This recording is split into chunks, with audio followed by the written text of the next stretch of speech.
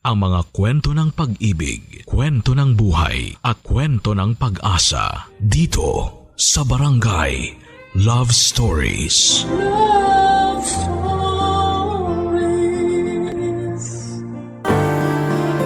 Minsan mahihirapan tayong malaman kung ano ba ang lugar natin sa buhay ng isang tao.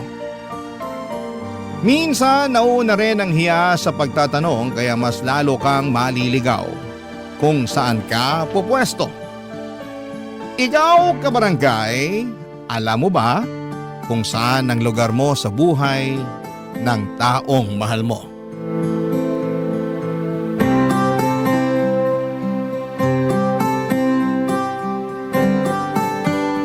Dear Papa Dudut, ako nga pala si Maritoni, 30 anyos. Nito lang ay nakipag-live-in na ako sa boyfriend kong si Drew. Mas matanda siya sa akin ng 10 taon. Nakatira ko sa bahay niya. 28 years old lamang siya noong pinagawa niya ang bahay na yon sa tulong ng kanyang yumaong asawa na si Jen.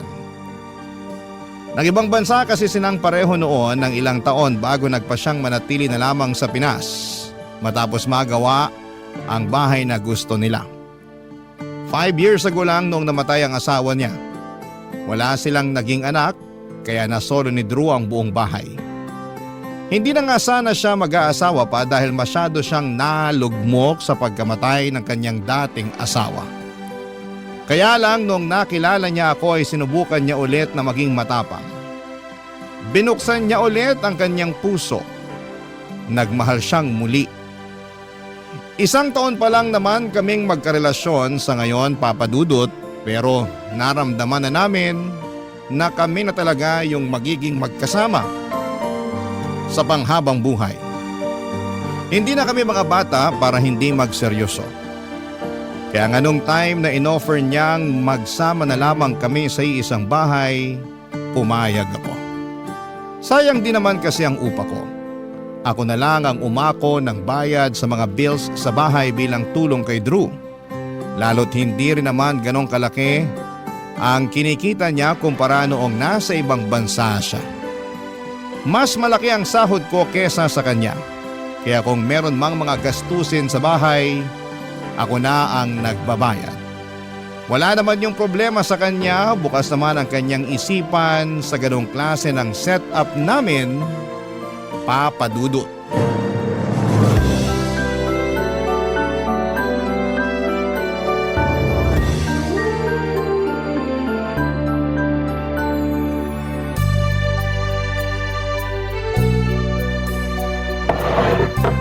Alam mo, parang bibigay na tong isang upuan. Naparami ka lang ng kain, kaya gusto nang bumigay ng upuan na yan.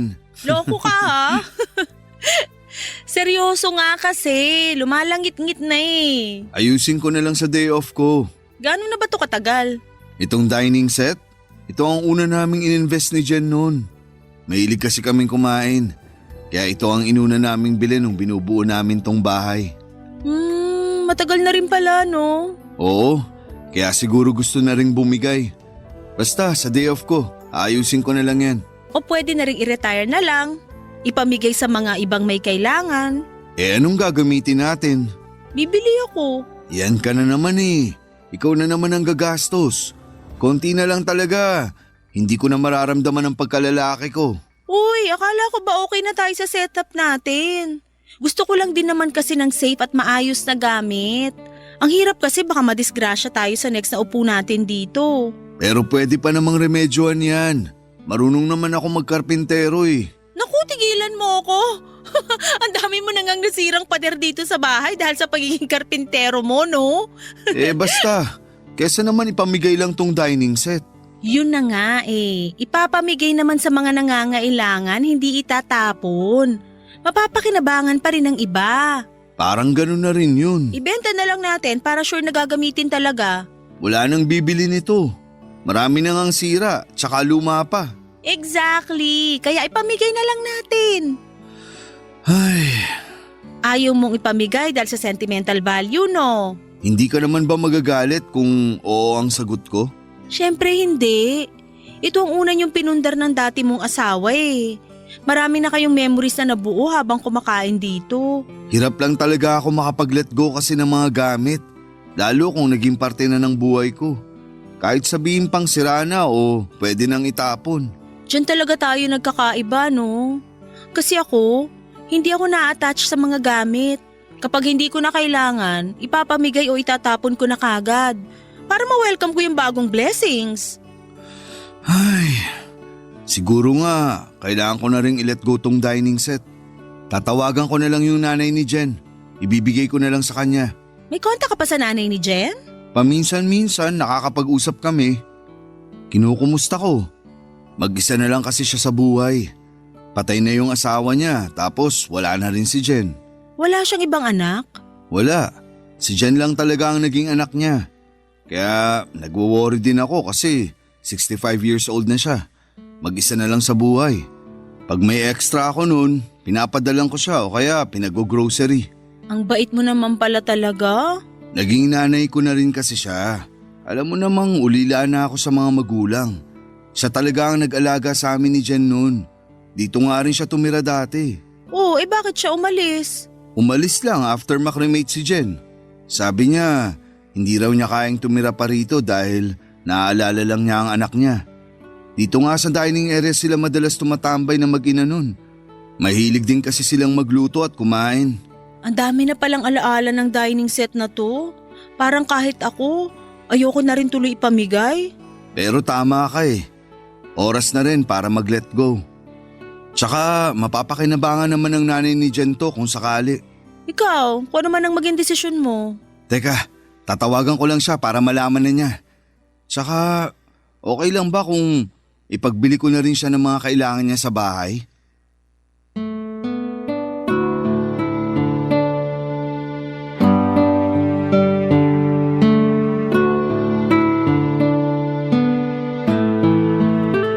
Papadudot tumango ako bilang pagpayag sa sinabi ni Drew. Hindi naman kasi problema kung mag-aabot siya sa nanay ng yumaon niyang asawa na si Jen. Kawawa rin naman kasi lalo't nalaman kong mag-isa na lamang pala niya sa buhay at isa ng senior citizen. Pagkatapos noon ay masayang kinuha ni Drew ang kanyang cellphone at tinawagan ang dati niyang biyanan. Nanay pa rin ang tawag ni Drew sa kanya at nakita ko talaga ang kakaibang saya sa mukha ni Drew nang makapag-usap silang dalawa. Doon ko naramdaman na talagang nanay ang turing na niya sa dati niyang biyanan. Masaya na rin ako, Papadudot, pagkatapos ng tawag na yon ay lumapit sa aking muli si Drew para sabihin na payag ng kunin ng nanay ni Jen ng dining set. At lalabas din daw sila para makapag-grocery na rin. Inalo ko na rin si Drew na idala niya sa bahay ang nanay ni Jen para makapag-salo-salo naman kami. Natuwa lalo si Drew at tinawagan muli ang nanay ni Jen.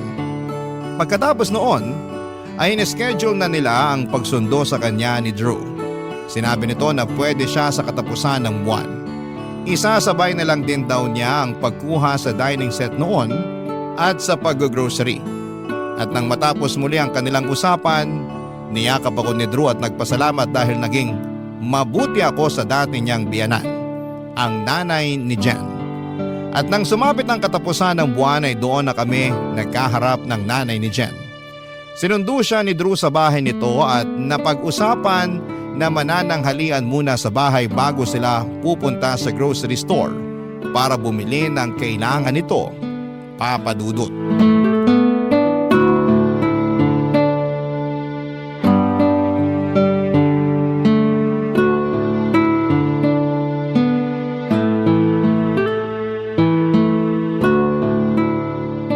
Maritoni, ito nga pala ang nanay ni Jen. Kumusta po, ma'am? Salamat naman po at nakadalaw po kayo rito sa bahay. Oo nga, ilang taon na rin nung huli akong tumapak dito. Salamat po ulit, Nay ha. Namiss ko kayo. Namiss din naman kita, anak. Kayo ni Jen. Kaya lang, natatakot akong bumalik dito para bumisita noon kasi parang hindi pa handa ang puso ko na tanggapin na wala na ang unika iha ko. Buhay pa rin naman ang alaala ng anak nyo, ma'am. Nanay na lang din ang itawag mo sa akin. Para ko na ring anak dong si Drew. Tsaka Namimiss ko na rin ang pakiramdam na may tumatawag sa akin ng nanay. Mas ayos po yan sa akin. Saka mas magiging ayos kung palagi kayong dadalaw dito. Para naman may nakakasama rin kami ni Drew. Oo nga po, Nay. Mas magiging masaya itong bahay kung nandito ka na ulit. Hindi ba nakakahiya sa inyo? Baka naman makasagaba lang ang isang matandang tulad ko sa inyo. Huwag niyo pong isipin yun. Gusto naming may nakakasama rin dito sa bahay. Kaya pumayag na kayong dumalaw-dalaw. Tsaka masarap din pong magluto tong si Maritoni. Baka pwede na rin kayong magban sa kusina palagi. Palagi?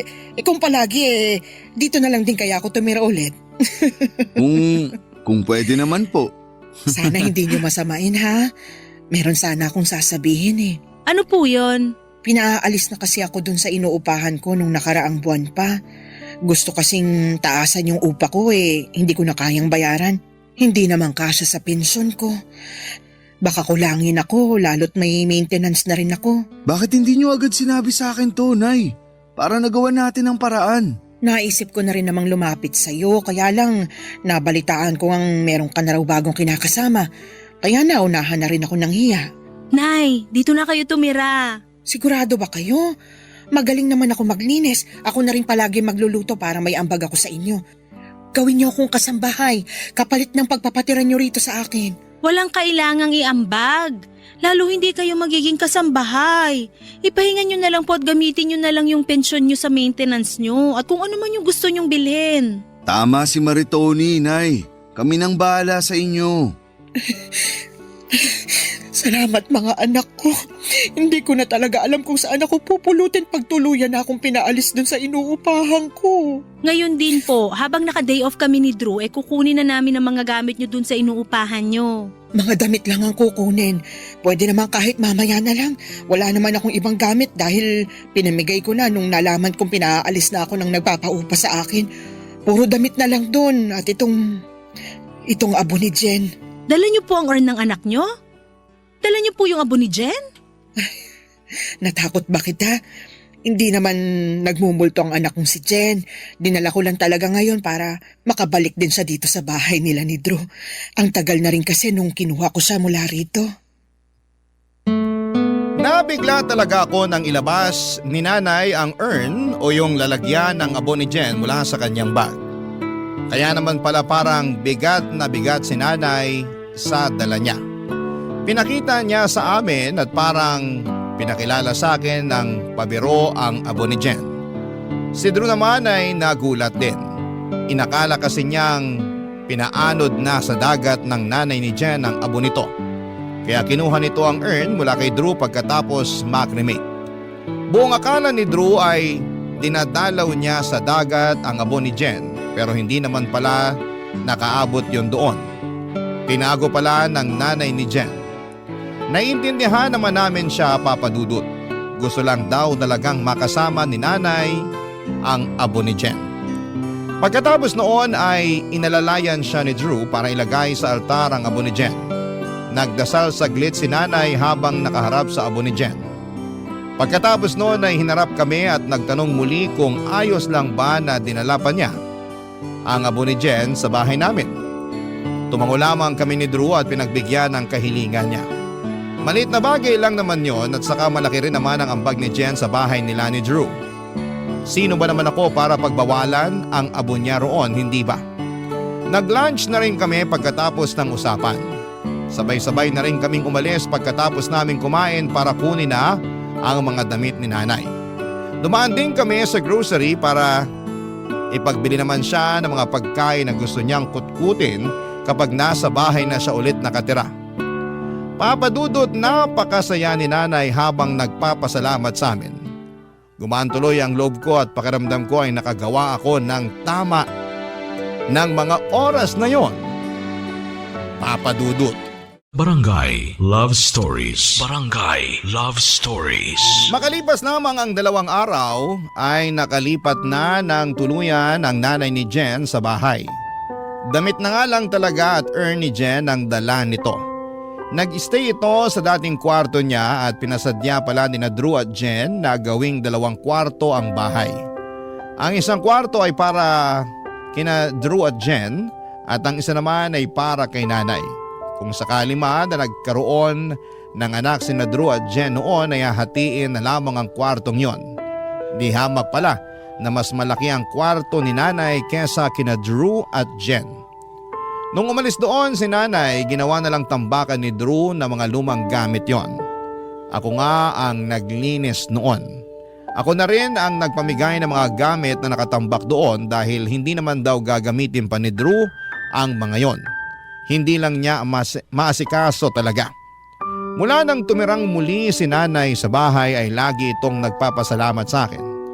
Paulit-ulit niyang sinasabi na hindi lahat ay tulad ko na bukas ang isipan at malambot ang puso para sa katulad niya. Dahil doon ay mas lalo akong napalapit sa kanya. Para natuloy akong nagkaroon ng nanay, lagi kaming magkasama sa bahay lalo't WFH naman ako. Marami siyang naituro sa akin para mas maging masinob at magaling sa bahay. Kaya lang sa pagtagal ay meron na akong napapansin sa kanyang mga ugali na parang ang hirap na ngang tansyahin. Tulad na lamang sa mga gawaing kusina. Nung una mahinahon at mabait pa siya sa pagsama sa akin sa pagluluto at sa ibang gawain sa kusina.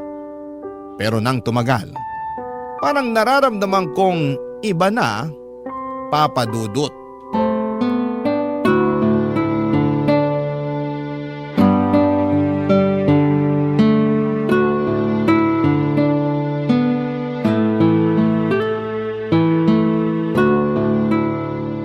Anong oras daw ang uwi ni Drew? Nasabi ba niya sa'yo? Bago raw mag-alas 7 ng gabi, nandito na raw po siya. Maaga raw silang papauwiin ng boss nila kasi na-reach na daw nila yung quota nila. Dapat pala, mas inagahan natin magluto. Baka mamaya mauna pa siyang makarating dito kaysa mapalambot yung beef na niluluto mo. Relax lang po kayo, Nay. Marunong naman maghintay si Drew sa pagkain kahit gaano pa siya kagutom. Ay, hindi pwedeng ganun, Maritoni. Gumaya ka kay Jen. Dapat minu-minuto nagpapa-update siya kay Drew sa oras ng uwi niya para nakahanda na yung ulam pagpasok pa lang ni Drew ng bahay. Okay nga lang po, Nay. Relax lang po kayo. Ganun na sistema namin ni Drew dito sa bahay. Saka madalas pagka-uwi niya, naliligo muna siya at may kinakalikot sa mga inuuwi niyang gamit. Kaya hindi rin siya naiinip. Mas maganda kasi yung sistema nila ni Jen sa bahay noon. Yun lang naman ang totoo. Medyo matatagalan lang siguro ng konti pa para mapalambot tong beef. Dito po talaga ako hirap palagi eh. Ano po kaya ang dapat gawin? Mahina yung apoy o palakasin pa? Dapat kasi ang ginawa mo binabaran mo ng baking soda yung beef bago mo niluto. Yun ang sikreto sa pagpapalambot ng karne na yan. Pwede po pala yun? Akala ko kasi dapat pukpukin ng tenderizer yung beef tapos dapat manipis yung hiwa. Mali ka na naman. Hindi uobra yan kung walang baking soda. Kami mismo ni Jen subok na yon. Kaya paborito ni Drew ang mga niluluto ni Jen na beef noon kasi malambot. Hindi na pahirapan pa sa pagnguya. Sayang at wala na rito si Jen ngayon. Kasi po sa pagkakaalam ko nakakabawas ng lasa yung baking soda kapag hinalo sa pagluluto ng beef eh. Nasasayang lang yung ginamit na pang-marinate. Di ibabad mo ng 20 minutes sa baking soda tapos hugasan mo. Kung maaga ka lang kasi nag-prepare ng beef, nagawa mo pa sana ng maayos to. Wala. Mas inuna mo yung makipag-video call kay Drew at manood ng TV. Hindi ganyan si Jen. Hanggat hindi natatapos sa mga gawaing bahay, hindi siya magre-relax. Hindi manonood ng TV o hindi magse-selfie. Si Drew naman po kasi yung gustong makipag-video call sa akin kasi nasistress siya sa work kanina. At gusto niya makita ako para mawala raw yung pagod niya. Alam mo ang solusyon para mawala ang pagod at stress niya? Masahe. Pero mukhang hindi mo alam yon. Napansin ko sa mga kamay mo masyadong manipis sa mga daliri mo. Hindi pang masahe. Masakit ang hagod ng mga ganyang kamay. Hindi gaya nung kay Jen. Kaya laging fresh tingnan dati si Drew kasi naman nare-relax siya palagi sa hilot ni Jen. Hindi naman po nagre-request si Drew na i-massage ko siya. Paano? Alam niyang hindi ka marunong at hindi magandang mga kamay mo para pang masahe. Ano na po kaya sa tingin niyo yung pwedeng remedyo dito sa beef? Pahinaan ng apoy o palakasan? Wala ka nang pwedeng maging remedyo dyan. Bigyan mo na lang si Drew mamaya ng matalas na kutsilyo at ipagdasal mo na lang ang ngipin niya. Sana manguya niya ng maayos ang niluto mo. Oh, bahala ka na riyan ha. Magdadasal na lang muna at magsisindi ng kandila para sa kaluluwa ni Jen. Hindi ko alam kung nakahalata si nanay pero nasaktan na niya ako sa mga sinabi niya. Hindi ko na nga siya matingnan noon habang kinukumpara niya ako sa anak niyang si Jen. Ni minsan ay hindi ko nakitang threat si Jen sa relasyon namin ni Drew. Dahil pinaramdam naman sa akin ni Drew na mahal niya ako at hindi na mahalaga ang past. Pero dahil sa ginawa ni nanay ay parang nagduda tuloy ako kung nararapat lang ba ako sa pagmamahal ni Drew. Kasi parang hindi ko matumbasan ang galing ng naging asawa niyang si Jen. Nasira na ang mood ko at dahil doon ay hindi na tuloy naging masarap ang niluto ko. Mas lalo ko pang naramdaman yon nang ihain ko na kina Drew at nanay. Pinamukha ni nanay sa akin na ang hirap ngunyain ang beef na niluto ko. At nasobrahan daw ako sa betchin. Baka raw antukin si Drew hanggang kinabukasan. Wala namang sinabing hindi maganda si Drew at hinawakan lang nito ang kamay ko para iparamdam na okay lang naman yon. Parang naawa tuloy ako sa sarili ko. Lalo na nung kinumpara na naman ako ni nanay kay Jen. At sa pagkakataong yon, sa harapan pa ni Drew yon ginawa. Hindi na lang ako umiimik at nararamdaman kong napansin yun ni Drew. Kaya mismong si Drew na nga ang gumawa ng paraan para mag-change topic na. Pero sadyang tumigil or ayaw tumigil ni nanay na ilatag sa usapan ng yumaon niyang anak na si Jen. Binulungan na lamang ako ni Drew at sinabing pagpasensyahan ko na lang daw dahil hindi biro ang mamatayan ng anak. Tumango na lamang ako at baka na-miss lang ni nanay si Jen noong araw na yon. Pero makalipas ang ilang araw ay ganoon pa rin ang ginawa nito. Meron pa siyang malalang ginawa at hindi ko na yon kayang tanggapin pa. Nangyari yon habang nasa kwarto kami ni Drew isang gabi, Papa Dudut.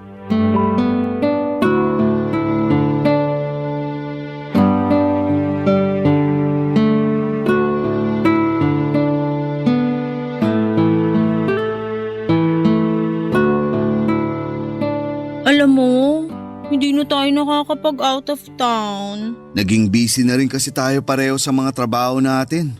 Tsaka nag-a-adjust pa tayo sa paglipat ni nanay dito. Oo nga eh. Kailan kaya tayo pwedeng mag out of town? Namimiss ko ng bumiyahe. Puro na lang MRT yung biyahe ko. Pwede siguro sa katapusan. Long weekend yun. Ayan, sige.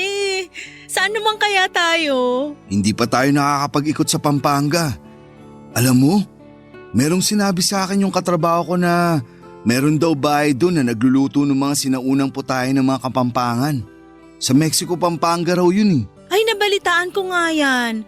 Gusto ko rin makatikim ng cookies ng patron saint nila na si San Nicolas de Tolentino. Patron saint ng mga bata, baker, mga may sakit at kalamidad. Alam ko yan. Pande San Nicolas ang tawag sa cookies na yun. Sige, bumili tayo para ipasalubong sa mga kaibigan natin at kay nanay. Naisip ko nga pwede rin nating ibenta yun dito sa Manila. Patok yun sigurado. Hindi na ako makapaghintay. Feeling ko parang mag-honeymoon ulit tayo noon. Bakit kasi hihintayin pa natin na mag-out of town para makapag-honeymoon ulit tayo? Eh kung pwede naman na nating simulan ngayon. Loko ka talaga.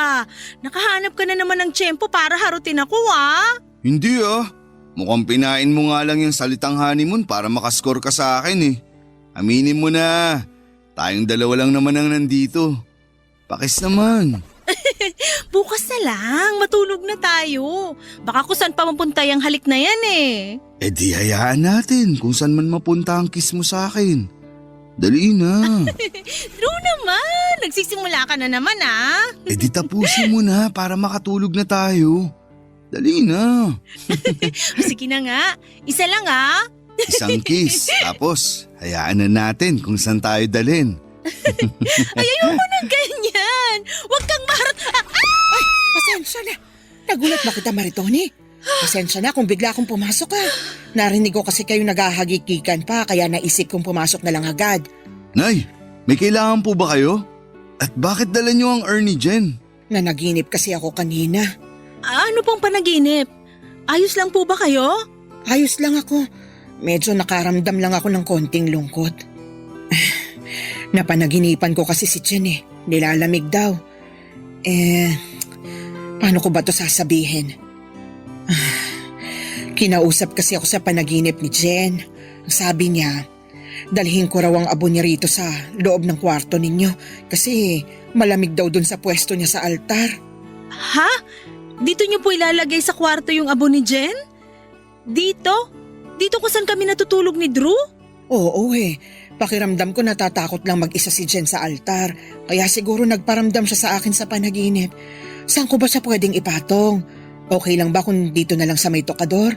Nay, wag po rito sa tokador kasi masyadong malapit sa kama namin eh. Sa katabi pa ng pwesto ko sa paghigayan tokador. Kung ayaw mo, di ilipat na lang yung tokador sa pwesto ni Drew para doon ko na lang ipatong tong abo ni Jen. Mas gusto nga siguro yon ng anak ko para malapit pa rin siya kay Drew. Sige Nay, okay lang. Ililipat ko na ngayon ang tokador dito sa pwesto ko para may ipatong na ang urn ni Jen. Salamat, Drew. Alam kong maiintindihan mo ko. Mula ngayon, wag mo na siyang aalisin sa kwarto niyo ha. Papadudo tumango lamang si Drew at mabilis na sinunod ang gusto ng nanay ni Jen na ilipat malapit sa kanyang pwesto ang tokador para maipatong doon ang abo ni Jen. Hindi na ako nakapagsalita pa.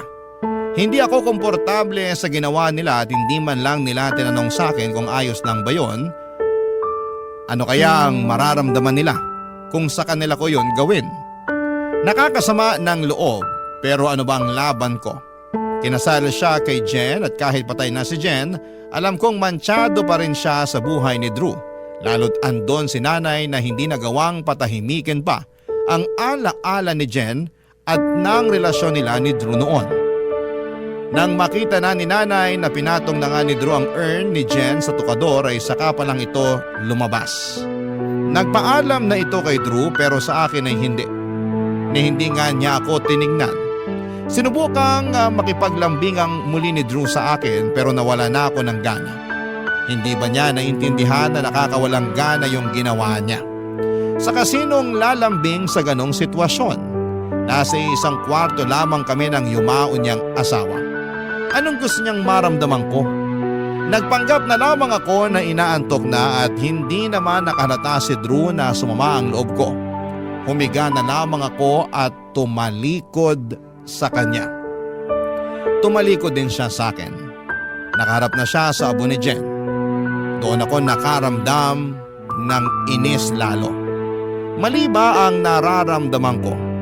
Yung magselo sa taong wala na sa mundong ito. Barangay Love Stories. Barangay Love Stories. Hindi ko nakilala ang nanay ko at baby pa lamang ako noong iniwan na ako sa poder ng tatay ko. Hindi ko naman na siya hinanap pa dahil para saan pa. Iniwan na niya ako at obviously ay ayaw niya sa akin. Kaya walang ina na gumabay sa akin sa paglaki. Meron naman akong mga nakasamang tiyahin pero hindi ko rin sila masyadong nakasundo. Hindi ko kasi alam kung paano makipaglapit sa kanila. Kaya naman sa huli tinanggap ko na lamang na ganon talaga ang kapalaran ko. Umaasa na nga lang ako sa mga nakakarelasyon ko na mapalapit sa mga nanay nila. Para sa ganon ay parang meron na rin akong isang ina. Si Drew naman noong naging kami ay nalungkot ako ng bahagya kasi wala na siyang nanay na pwede ko sanang makalapit. Pero laking tuwa ko nang malaman kong meron pa siyang kinikilalang ina sa katauhan nga ng dati niyang biyanan, ang nanay ni Jen. Akala ko talaga ay may experience ko na ang pagmamahal ng isang ina sa katauhan ng nanay ni Jen. Noong simula ay oo. Pero nung tumagal ay lumabas din ang katotohanan. Ramdam kong hindi niya ako gusto at napapansin ko yon sa tingin niya tuwing nakikita niya kaming naglalambingan at nagmamahala ni Drew. Lagi niyang sinisingit sa usapan ng anak niyang si Jen sa tuwing napapansin niyang lumalalim na ang lambingan namin ni Drew, Papa Dudut. Hindi naman nakakahalata si Drew doon, tanging ako lang. Isang bagay na hirap kaming explain ng mga babae. Alam namin kapag hindi kami gusto ng kapwa namin babae. Siguro yon ang sinasabi nilang intuition namin. At palong-palo ang intuition ko pagdating kay Nanay Papa Dudut.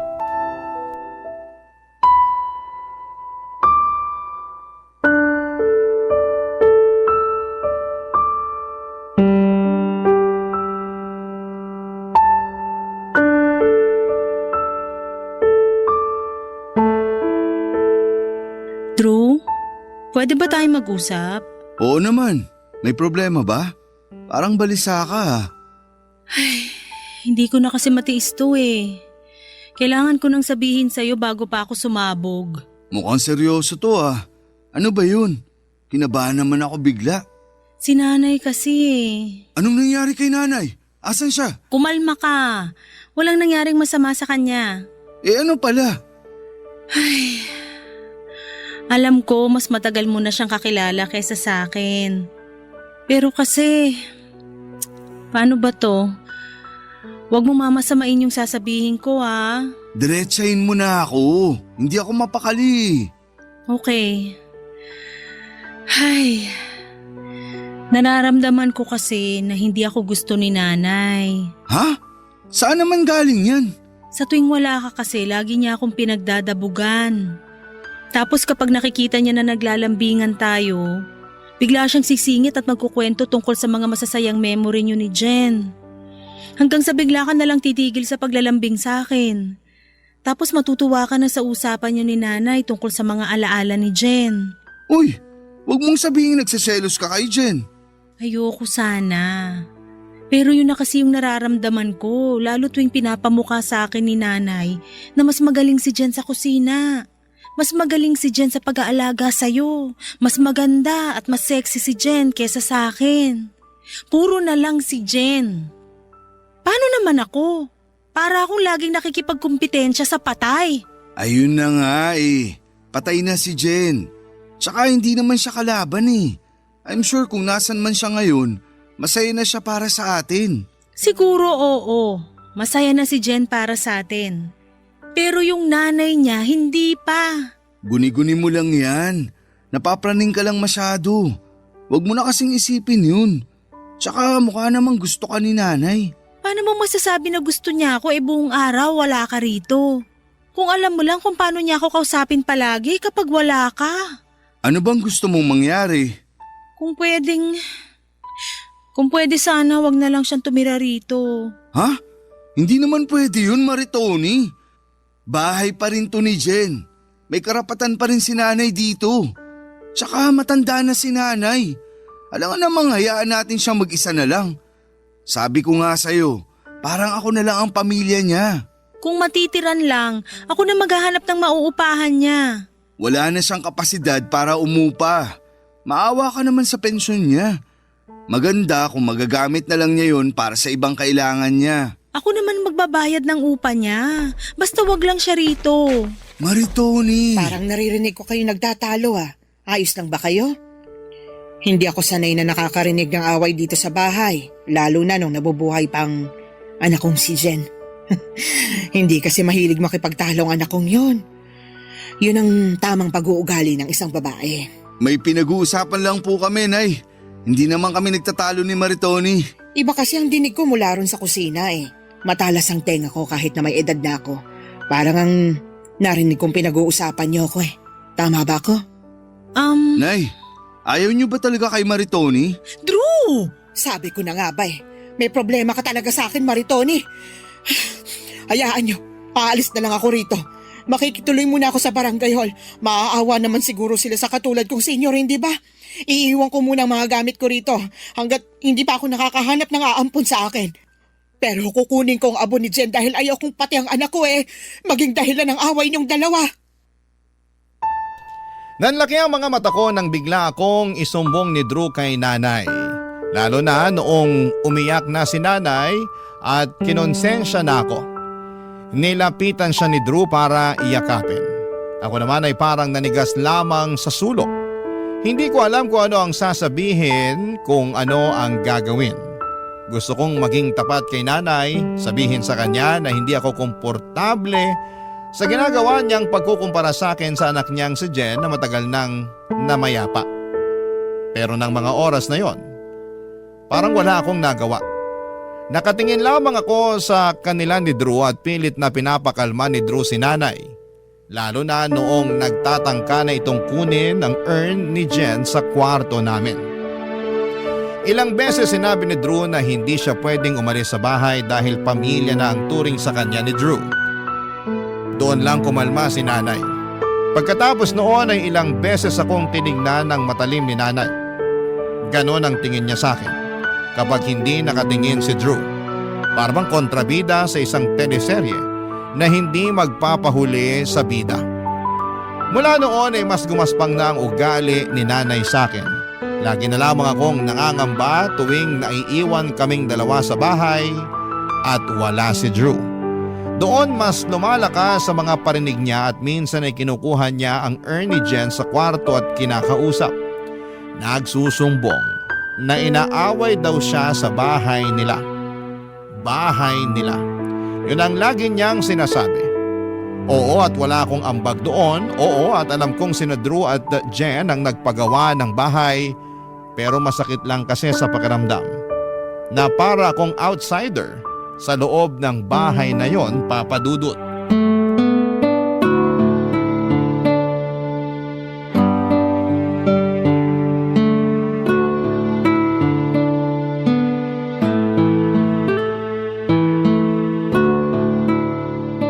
Nay, gusto niyo na po bang kumain? Nakapagluto na kasi ako ng pananghalian natin. Hindi na. Dumating naman na ang pensyon ko. Bibili na lang ako ng ulam sa karinderya.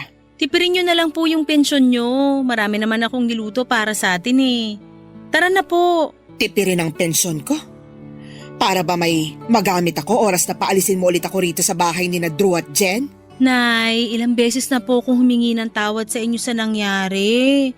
Nadala lang ako ng emosyon ko noon dahil sa paulit-ulit na pagkukumpara niyo sa akin kay Jen. Ang sabihin mo, ayaw mo lang talaga sa akin at gusto mong masolo si Drew. Hindi po totoo yan.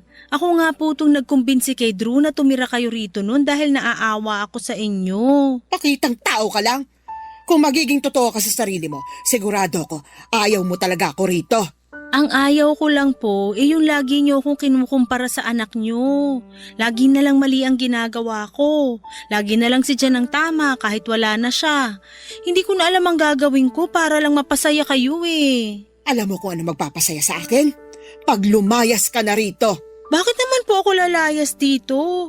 Parang bahay ko na rin to. Parang bahay mo lang, pero may ambag ka ba sa gastos? Ako po nagbabayad ng lahat ng bills dito sa bahay. Dapat naman talaga ikaw ang magbayad ng bills dito sa bahay kasi nakikitira ka lang. Nakikitira rin naman po kayo rito ah.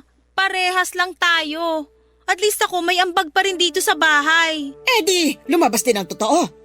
Ipapamukha mo rin pala sa akin na wala akong ambag sa bahay na to. Paano kung sabihin ko sa'yo na ang ambag ko rito yung ginastos ng anak kong si Jen sa pagpapatayo ng bahay na ito? At kung nasabi sa'yo ni Drew, karamihan ng gamit dito, si Jen ang bumili. Yung sofa na inuupuan mo at pinagpapahingahan mo tuwing tanghali, si Jen ang bumili nun. Pati ang kama nyo, hoy! Si Jen ang bumili nun. Magkano po ba nagastos ni Jen sa pagpapagawa ng bahay na to? Pati na sa mga gamit na binili niya. Kwentahin niyo lahat, ako na lang magbabayad.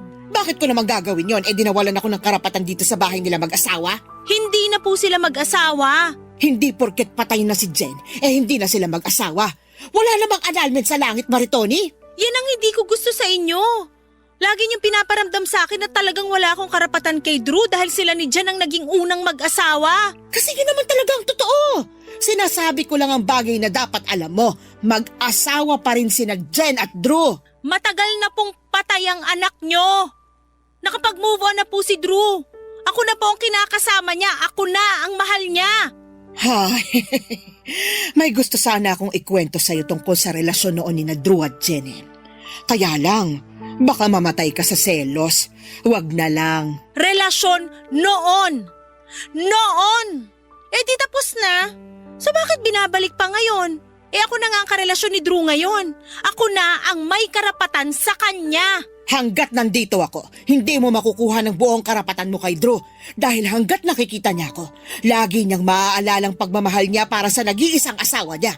At ang anak ko lang yon, si Jen lang yon. Kahit abo na siya, mas may karapatan pa rin siya kay Drew at sa bahay na to kesa sa'yo. Papa Dudut, hindi na ako nakaimik pa sa mga sinabi ni nanay. Ano pang ilalaban ko roon sa sinabi niya? Mas lalo lang akong nasaktan lalo't harap-harapan na niyang sinabi sa akin na wala akong karapatan sa bahay na yon at kay Drew. Ang hirap hanapin ang lugar ko sa bahay na yon. Para akong naliligaw kahit nasa isang sulok lang naman ako. Nang mapansin ni nanay na hindi na ako nakalaban sa huli niyang sinabi ay sa kanya ako tinignan. Mula ulo hanggang paa. Tila sinusukat ang maliit kong pagkatao. Mas lalo akong nanliit at para akong nahiya. Pagkatapos po noon ay pumasok siya sa loob ng kwarto namin ni Drew at muling kinuha ang abo ni Jen at saka naupo sa sofa. At saka kinausap yon. Sinusumbong ang mga sinabi ko sa kanya. Nagpatuloy ang pangdadaot sa akin ni nanay kahit sa harapan mismo ni Drew. Ginagawa pa rin niya. Wala na siyang patawad. Nahalata na rin yun ni Drew pero para hindi na lumala pa ay sinabi na lang niya sa akin na pagpasensyahan ko na lamang si nanay. Ano pa bang magagawa ko roon? Akala ko dahil napansin na ni Drew ang ginagawa ni nanay sa akin ay kakampihan na niya ako o i-validate ang nararamdaman ko. Pero hindi pa rin pala. Mas lalo ako nawala ng lugar. Hindi lang sa bahay na yon kundi pati na rin sa buhay ni Drew. Mga kabarangay, hihilingin ko sana ang tulong ninyo. Ano ba ang pwede kong gawin sa sitwasyon ko? Aalis na lang ba ako sa bahay na yon? Naguguluhan na kasi ako, sana'y matulungan ninyo ako. Maraming salamat po. Ang inyong forever kapuso at kabarangay, Maritoni. Ako, gigil na gigil talaga ako sa nangyayari sa kwento natin. O ikaw, kabarangay, kumukulo rin ba dugo mo? Pwede kang mag-iwan ng comment sa ating comment section. Ang mga kwento ng pag-ibig, kwento ng buhay at kwento ng pag-asa dito sa Barangay Love Stories. Love Stories.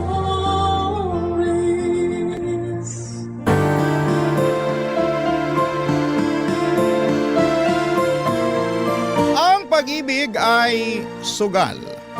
Mayroong nananalo at mayroong natatalo.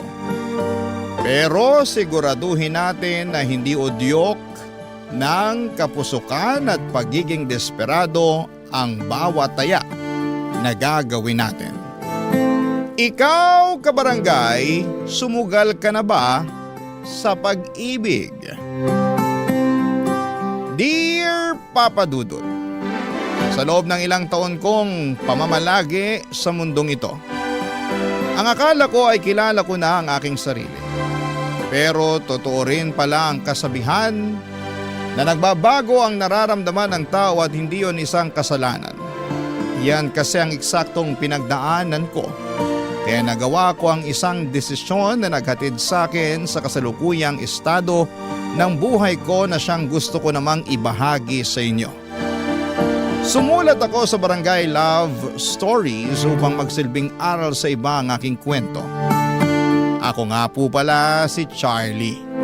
35 years old, taga Caloocan at dating OFW sa Taiwan. Sa ngayon ay meron akong tindahan at bigasan na nagsisilbing aking hanap buhay. 10 taon din ako sa abroad bago ako nag-decide na bumalik sa Pilipinas taong 2023 dahil gusto ko nang bumuo ng sariling pamilya. Pero pinagtawanan lang ako ng aking mga kamag-anak at ilang malalapit na kaibigan dahil kilala nila akong bakla. Out loud and proud, Papa Dudut.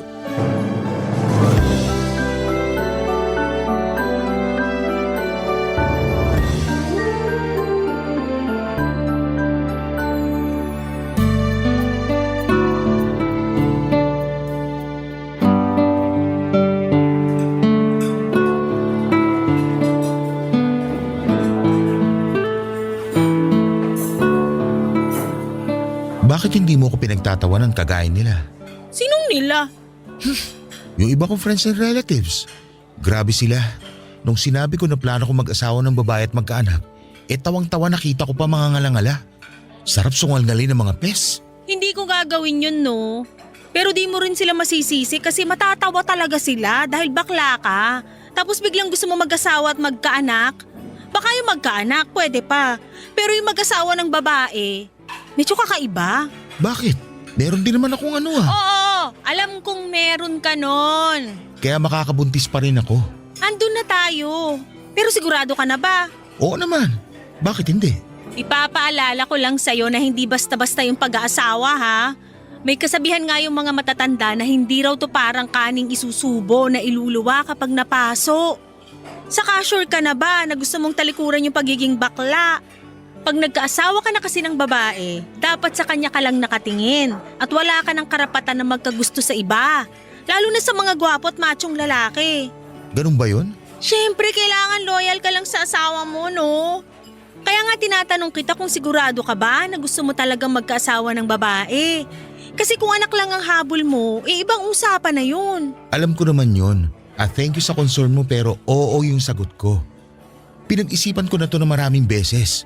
At bago ako umuwi rito sa Pinas, nakapag-decide na akong talikuran ng pagiging bakla ko. Gusto ko na magbalik loob at magpakalalaki. Okay, pero baka mahirapan ka pa rin humanap ng babae na magiging asawa mo. Kasi iba-iba naman ang gusto ng tao. Yun nga eh. Paano ko ba sisimulan? Saan ako magsisimula kung sakali? Makipagkilala ka. Kaibiganin mo, ganun. Ipakita mo na seryoso ka sa intensyon mo dun sa babae. Lalo na kung gustong-gusto mo na siya. Be patient din kasi kaming mga babae, medyo matagal mag-decide. Pinag-iisipan pa kasi namin kung bibigyan namin ng chance yung manliligaw namin o hindi. Okay. Noted sa mga sinabi mo. Pero ang pinaka-importante sabihin mo sa kanya yung past mo. Para dun pa lang, alam mo na kung matatanggap ka niya o hindi. Pag matanggap ka niya, mas malaki ang chance mo na malaman kung compatible kayo. Acceptance is the key. Tama nga naman. Salamat, Beshi. Ikaw lang talaga yung napagsabihan ko ng plano kong to. Nakakatuwa nga kasi hindi mo ko pinagtawanan. Sabi ko nga, hindi ko gagawin yun, lalo na wala namang dahilan. Nakakabigla lang kasi nga akala ko bakla ka na forever. Pero darating din pala yung araw na gugustuhin mong magbago para bumuo ng sarili mong pamilya. Masaya naman ako sa pagiging bakla pero tingin ko mas magiging masaya ako pag nagkaanak ako at nagkaasawa. Saka hindi ako fan ng gender reassignment umeme na yan dahil gusto ko na nga magpakalalaki. Sayang naman tong ano ko kung hindi ko magagamit in a natural way. Grabe, nakakapanibago ka. Anong nakakapanibago, Besh? Last usap kasi natin, baklang-bakla ka pa. Tapos ngayon nagpapakalalaki ka na. Change for the better, ika nga. Pero thank you talaga ha. Malaking bagay yung suporta mo at hindi panghusga. Hindi naman ako judge para humusga. Saka maliit na bagay lang yun kumpara sa pagiging mag-BFF natin for the longest time. Kaya wala yun. Suportado kita sa gusto mong gawin sa buhay mo basta hindi yun masama. Papadudot bukod tangi na ang BFF kong si Anaya ang nakaintindi sa pagbabagong gusto kong gawin sa buhay ko. Bagaman alam ng karamihan kung gaano ako kabakla ay sinuportahan niya pa rin ako para makahanap ng babaeng mamahalin. At nangako ako kay Anaya at sa sarili ko na sa oras na dumating na nga ang babaeng yon, sa buhay ko ay mamahalin ko siya ng gusto at todo-todo. Ewan, siguro bigla ko na lamang din talagang na-realize na gusto ko palang maging tatay at bumuo ng pamilya. Kaya nga, sinunod ko lahat ng suggestion ni Anaya kung paano ako makakakilala ng babaeng mamahalin ko. Desidido na akong magpakalalaki para lamang matupad ang mga pangarap kong magkaanak. Pero hindi pala yon madali at aaminin kong nakaka-stress at nakakapagod din.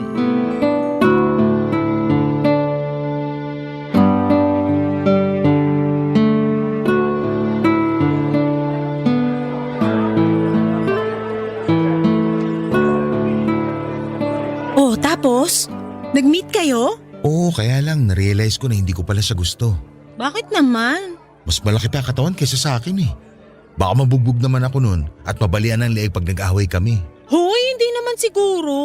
Anong hindi siguro? Ramdam na ramdam ko yung pagiging dominante niya nung magkasama na kami. Bigla tuloy ako lumambot na ewan. Hindi ko mapanindigan pagiging lalaki. Nakakatakot si Ates.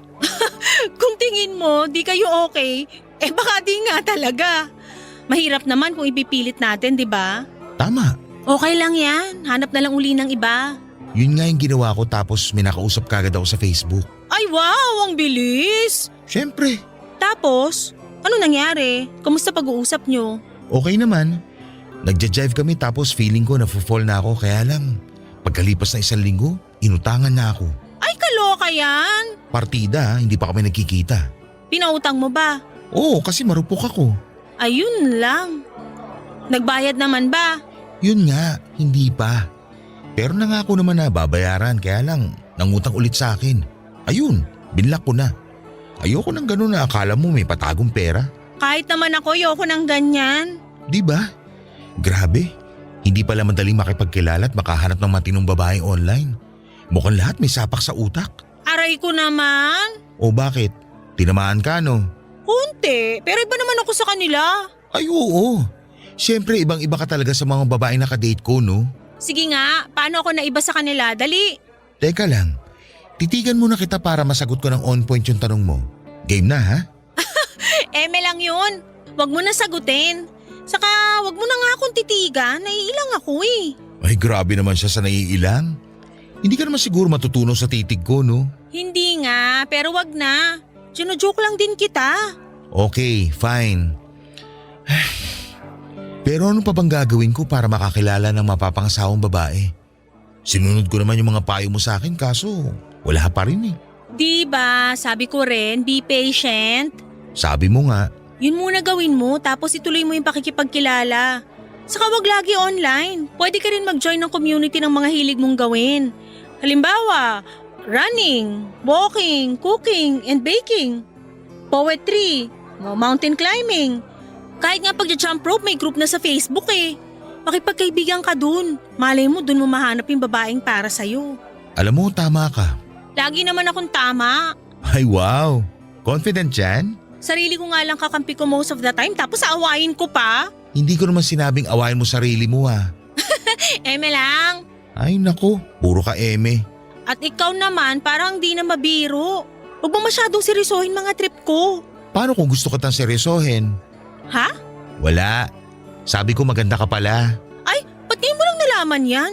FYI, matagal na akong maganda. Alam ko naman yun. Pero noon kasi syempre mas maganda ako sa'yo. Baklang to? Sinong bakla? Walang bakla rito ha. Lalaki na ito. Oo nga pala, di ka na nga pala bakla. Sorry naman. Eme lang din. Buti pa, order na lang tayo ng drinks. Treat ko. Iyan ang gusto ko sa'yo, galante.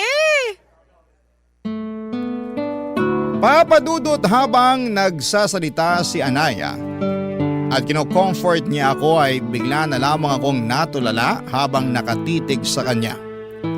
And for some reason ay napangiti ako kasi nakita ko na meron pala siyang dimple sa pisngi. Nagulat na nga lang ako noong tapikin niya at gisingin sa pagde-daydreaming ko. Ewan ko ba? Pero gandang-ganda ako sa BFF ko ng araw na yon. Sa kabila ng lahat ay alam kong imposible na makagustuhan kami kasi in a relationship na si Anaya. At malamang ay na-appreciate ko lang yung concern, sincerity at dedication niya na makahanap ako ng babaeng makakamatch. At kung papala rin ay magugustuhan at mapapangasawa na rin. Alam ko na suntok sa buwan ang gusto kong mangyari. Pero naniniwala ako kay Anaya na magtatagumpay pa rin kami. Napasabi na lamang ako ng mabuti na lamang at naging BFF ko siya. Dahil napaka-optimistic niyang tao, Papa Dudut. Barangay Love Stories. Barangay Love Stories. Papa Dudut, nagkamali ako. Noong inakala kong hindi ako magkakagusto kay Anaya dahil nakita ko na lamang ang sarili ko na hindi na interesado sa paghahanap at pakikipagkilala sa ibang babae dahil sa kanya. Mas gusto ko na lamang na siya ang kausapin at kinikilig ako sa tuwing lumalabas kami para magkita at mag-update ng mga ganap namin sa buhay. Posible pala yun, no? Yung ma-inlove ka sa best friend mo. Pero uulitin ko na hindi na pwede dahil in a relationship na si Anaya sa boyfriend niya for 5 years. Nakilala ko na rin naman yung lalaki na yon once sa video call kasi nasa Taiwan pa ako noong naging sila. Okay naman yung guy, gwapo, mestizo pero hindi katiwa-tiwala ang mukha. Hindi naman sa panghuhusga. Pero napatunayan kong tama ang kutob ko nang nagkwento sa akin si Anaya na ilang beses na raw siya nitong niloko at ang syunga na naman ng BFF ko. Dahil ilang beses na rin po itong pinatawad. At nung araw nga na yon na muli kaming magkita at napakwento na naman si Anaya ng problema niya.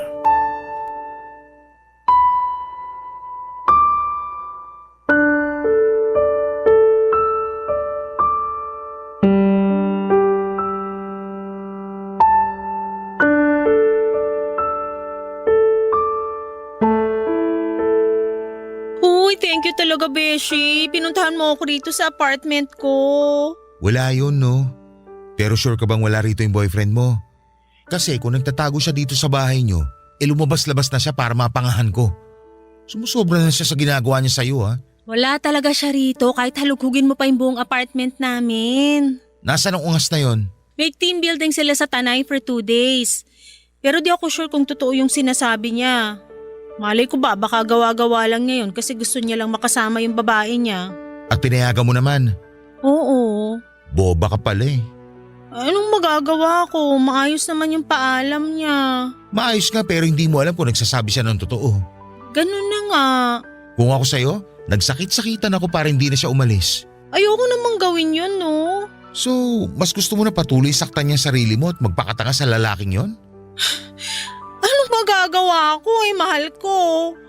Saka kasalanan ko naman kasi masyado akong pakialamera eh. Sinilip ko kasi yung phone niya, ayun. Nabasa ko pa tuloy yung recent convo nila ng babae niya sa messenger. Tapos wala ka man lang ginawa. Wala, hinayaan ko lang sila. Ay, boba ka nga talaga. Ayoko na kasing mag-away kami uli ng boyfriend ko nang dahil lang doon. Huling away namin, kamuntik na niya akong hiwalayan kaya nadala na ako. Kung ako sa'yo, matagal na ako nakipaghiwalay sa kanya. Buti sana kung hindi ito yung unang beses na niloko ka niya. Baka maintindihan ko pa siya at pinatawad ko siya. Day, hindi dapat nakaregister sa Anli ang pagpapatawad. Magising ka nga sa kabubuhan mo sa lalaking yun. Ay, ewan ko.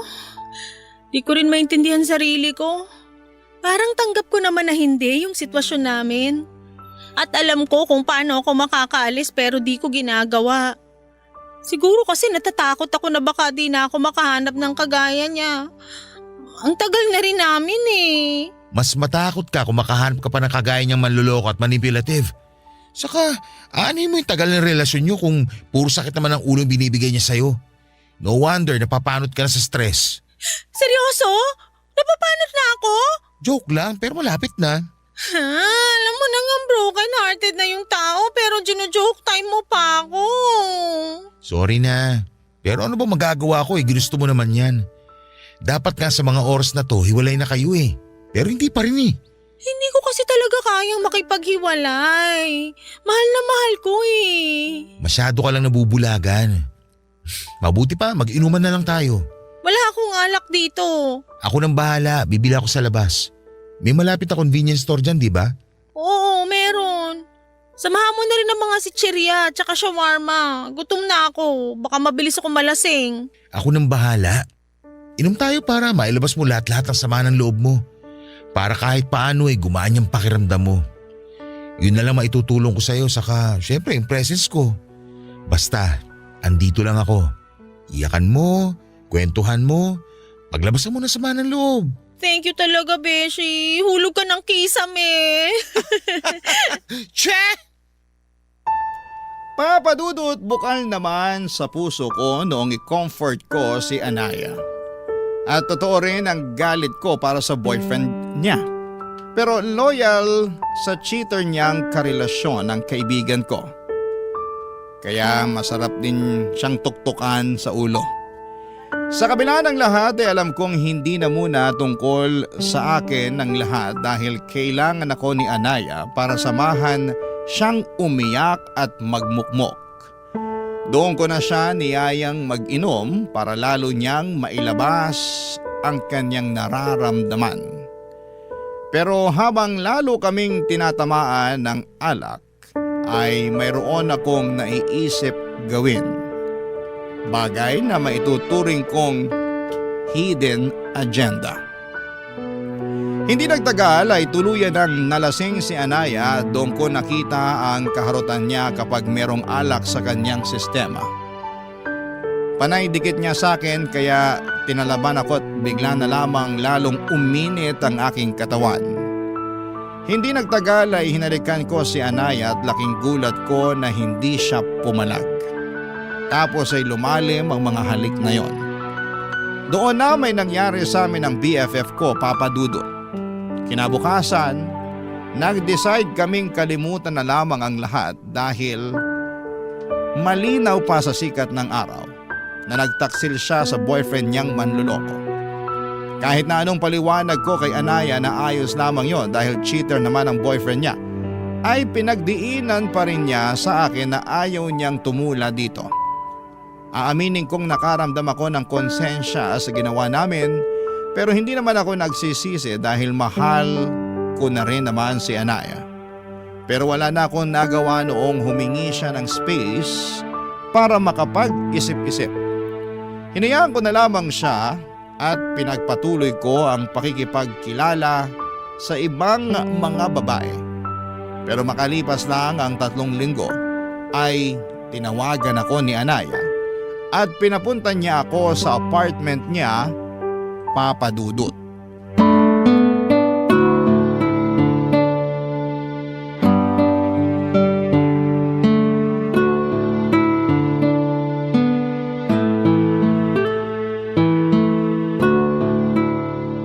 O Beshi, long time no see. Bakit dito mo ko pinapunta sa apartment mo? Pwede naman tayo magkita sa labas. Treat ko pa. Sorry, pero di ko yata kaya makipagkita sa'yo sa labas. Para sa akin, pinakaligtas tong apartment namin. Pinakaligtas? Ay, seryoso mo naman masyado. Nasa labas ba boyfriend mo? Hindi, nasa trabaho. Okay. Charlie, hindi ko na kasi alam yung gagawin. 2 araw ko na rin iniisip kung dapat mo bang malaman pero may karapatan ka pa rin namang malaman. Ano ba yun? Medyo kinakabahan naman ako sa iyo eh. Buntis ako. Ha? Sabi ko buntis ako. Nabuntis mo ako. Talaga? OMG! Magkakababy na tayo! Magiging tatay na ako! Oo, pero mukha ikaw lang ang masaya. Nakikita mo ba mukha ako ngayon? Biyaya yan kaya maging masaya ka. Paano ako magiging masaya? Pinagtaksilan ko yung boyfriend ko. Sa'yo pa na BFF ko tapos ngayon magkakababy na tayo. Sige nga, sabihin mo paano ako magsasaya? Kalmahan mo lang. Paano ako kakalmay? Nagbunga na yung nangyari sa atin. Alam mo kasalanan mo to eh. Ha? Paano naging kasalanan ko? Kasi hinalikan mo ako. Sinamantala mo yung kalasingan ko para may mangyari sa atin. Akala mo ba hindi ko napagtagpi-tagpi yung plano mo? Sinadya mong malasing ako kasi gusto mo akong buntisin para magkaanak ka na. Sobra ka naman mambintang? Bakit? Hindi ba totoo? Besh! O, kita mo na. Sinasabi ko na tama yung kutob ko. Pero ikaw din naman nagbigay ng motibo sa akin nun eh. Masyado ka marot. Panendikit mo sa akin kaya paano hindi ako madadala, hindi ba? Sumabay na lang din ako kaya nangyari yun. Saka kung talagang ayaw mo, dapat tong hinalikan pa lang kita pumalag ka na. Kaso hindi. Hinayaan mo lang din na may mangyari sa atin. Kumalma ka nga. Magkakababy na tayo kaya tanggapin mo na lang. Malamang hindi ko matatanggap tong batang to. Saka paano ko sasabihin sa boyfriend ko na buntis ako pero hindi siya yung ama? Gusto mo ako na magsabi eh. Sira na ba ulo mo? Baka pag nalaman niya, tugulpihin ka niya. Subukan niya, ipapupulis ko siya. Saka siya pa to may karapatang magalit eh. Siya nga tong una ng loko sa inyo. Anong sinabi mo? Sabi ko, manloloko yung boyfriend mo. Matagal ka na niyang niloloko. Ikaw lang nagpapakatanga na manatili sa relasyon niyo. Lagi mo na lang sinasabing mahal mo siya. Pero ito ang mahiwagang tanong. Mahal ka ba niya? Sa nakikita ko kasi hindi. Ikaw lang yung nagpapauto sa kanya sa totoo lang. Oo, alam ko na nagpapauto lang ako. Alam ko na lahat yan, di mo na kailangang isampal sa mukha ko. Pero choice ko pa rin naman na hindi siya hiwalayan kahit na paulit-ulit niya akong niloloko. Tawagin mo na akong boba o kung ano pang gusto mong itawag pero wala akong balak makipaghiwalay sa kanya. O anong plano mo ngayon sa anak natin? Hindi ko alam. Naguguluhan ako. Kasalanan mo talaga lahat to eh. Siguro nga may kasalanan ako pero andyan na yan eh. Nakabuo na tayo. At alam mo na gustong gusto kong magkaanak, hindi ba? Oo, pero hindi ko naman nakalain ako yung mabubuntis mo. Magkaibigan tayo, Charlie. Bakit ako pa? Bakit mo ako tinalo? Alam mo namang may boyfriend na ako at kahit na gaano pa siya kamanloloko, ayokong ibalik sa kanya yung ginagawa niya sa akin. Hindi ko na alam gagawin ko. Masisiraan na ako ng ulo.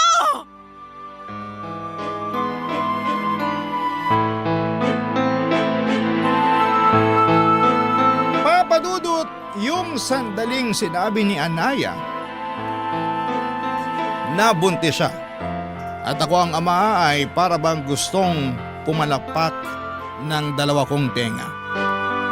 Pero base sa itsura niya na hindi masaya ay agad na bumagsak ang mga balikat ko.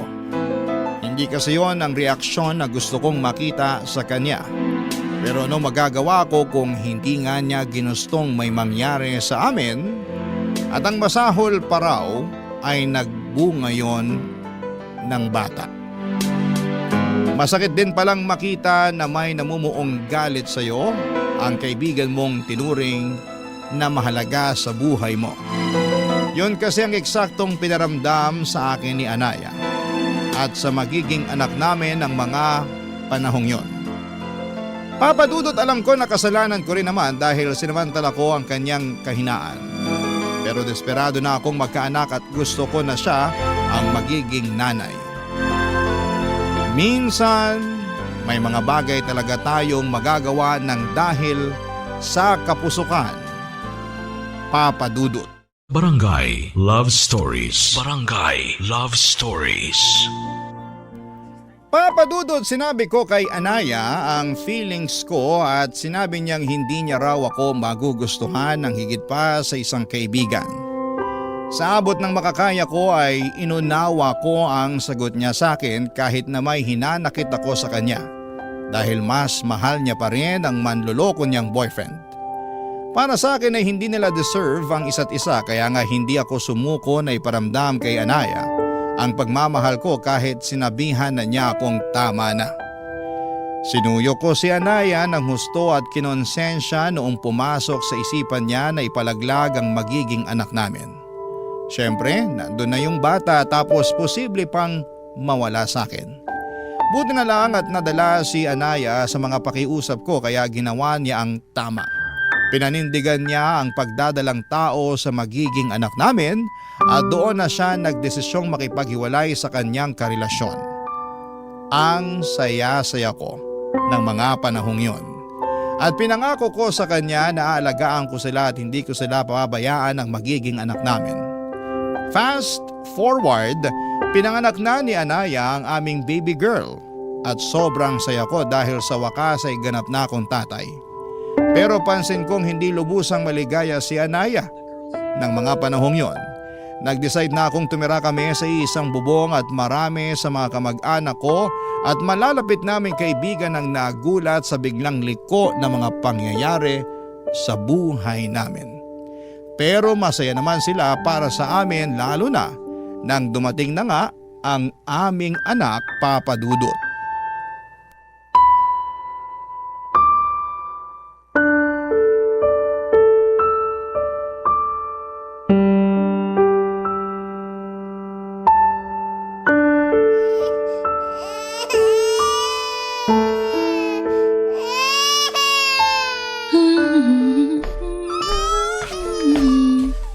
Uy, Anaya! Ano ba yon? Mamaya kabagin to kasi napasukan na maraming hangin sa tiyan. Kanina pa yata umiyak yung baby natin pero hindi mo lang mabuhat. Anong kanina pa? Kargahin ko nga muna si Kakaiyak lang baby yan, para no? tumahan. Wala ka kasi rito kaya makapambintang ka, wagas. Wala ako rito kasi nandun ako sa kusina at busy ako sa pagluluto ng hapunan natin. Saka hindi naman sobrang laki nitong bahay natin para hindi ko marinig pag umiyak si baby. Kaya hindi ako nang bibintang para sa kaalaman mo. Oh, edi sana kanina ka pa pumunta rito para patahanin yung anak mo kung kanino mo pa naririnig na umiiyak. Ganun lang yung kasimple. Pinapakomplikado mo. Pinakikiramdaman ko pa kasi kung may gagawin ka. Pero wala eh. Inuuna mo pa yung… Teka, ano ba yung ginagawa mo? Nagmo-mobile games ka ba? Oo, paki mo ba? Naka-silent naman ah. Last time di ba sinita mo na ako na masyadong maingay? Naiistorbo yung tulog ng batang yan? Bakit ba ganyan ka magsalita? Ano na naman bang mali sa pagsasalita ko?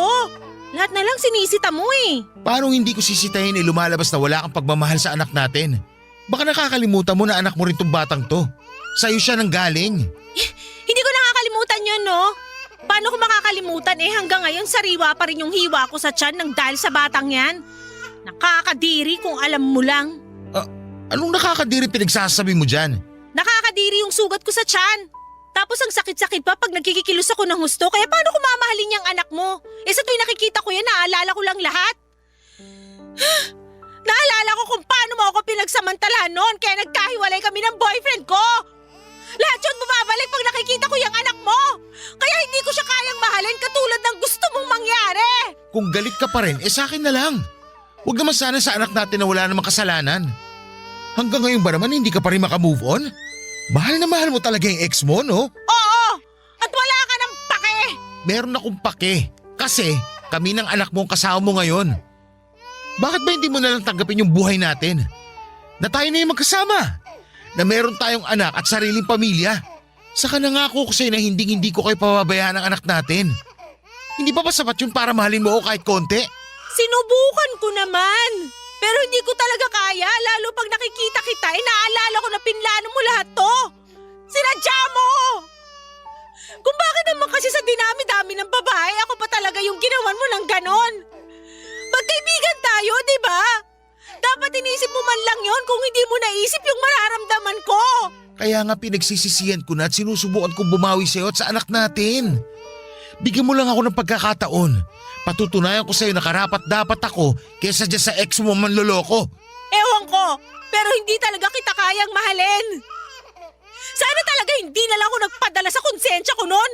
Sana pinalaglag ko na lang yung anak natin para di ko na kailangan makipaghiwalay sa boyfriend ko at makisama sa'yo. Kasalanan mo talaga lahat kung bakit ganito yung nararamdaman ko. Papa Dudut, nasaktan ako ng husto sa mga sinabi ni Anaya at hindi ko na rin napigilan ng sarili ko na magalit sa kanya.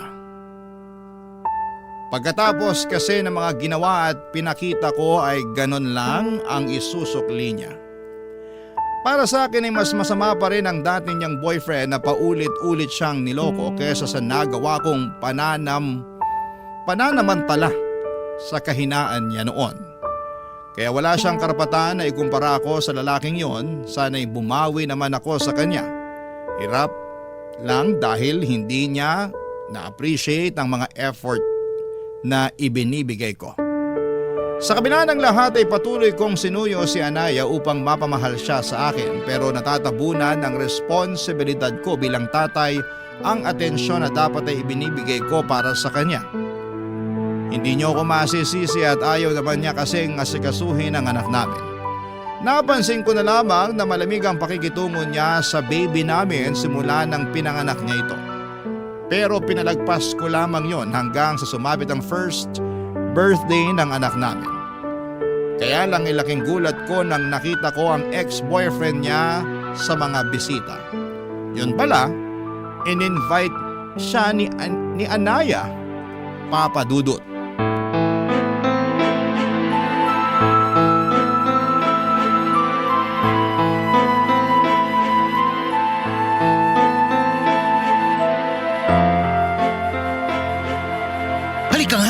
Halika, mag-usap tayo dito. Charlie! Bitiwan mo nga ako!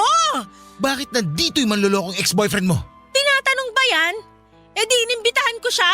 Bakit ginawa mo yun birthday to ng anak natin? Wala naman kasi kung kaibigan o kakilala na pwedeng imbitahin kundi siya lang. Saka sabi mo ayos lang din naman na mag-imbita ako, di ba? Kaya bakit ka nagagalit dyan? Magagalit talaga ako kasi hindi ko naman nakalain na sa dinami-dami ng tao sa mundo, yung hayop na yan pa talaga ang pinaapak mo sa bahay ko. Huwag mo nga siyang tawaging hayop. May pangalan yung tao. At mas hayop ka pa sa kanya para sabihin ko sa'yo. Kung inimbita mo siya, ibig sabihin, may komunikasyon kayo ulit? Huwag ka magpipipipihan dyan. Sabihin mo sa akin yung totoo at huwag mo akong gawing tanga. Oo! Meron na nga uli kaming komunikasyon pero ano naman sa'yo ngayon? Sira na ba ang ulo mo? Tayo na yung magkarelasyon ngayon. Tapos nakikipag-usap ka pa dyan sa ex mo? Sandali nga. Ano uli yung sinabi mo? Magkarelasyon tayo? Oo!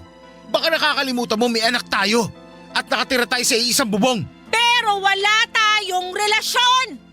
Hindi nga tayo nagtatabi sa kama eh. Saka ikaw lang naman yung nagdesisyon na magsama tayo. Ikaw lang din yung may gusto na maging isang buong pamilya tayo kasama yung anak mo. Alam mo, napaka-unfair mo kasi ikaw na lang palagi yung nagdedesisyon sa lahat ng bagay. Ano pa ba problema mo? Matino naman ako.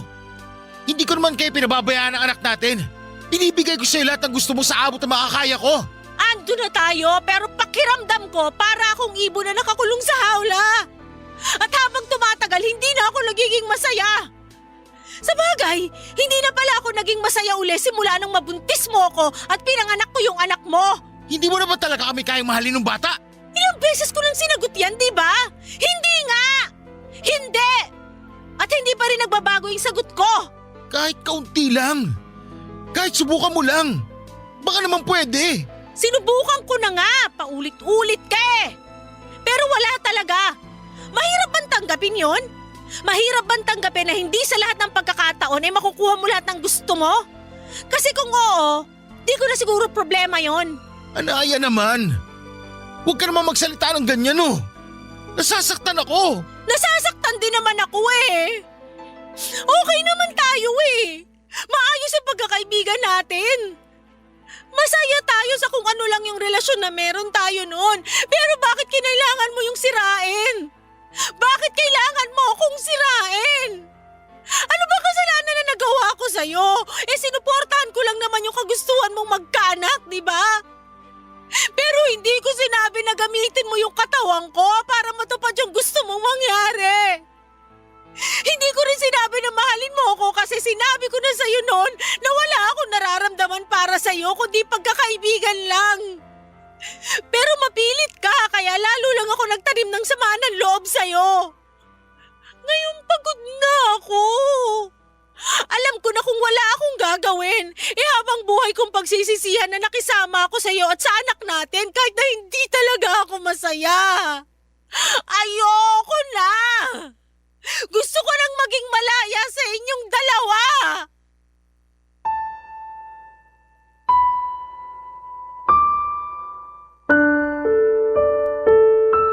Papadudod sobrang sakit marinig ng mga sinabi ni Anaya sa totoo lang.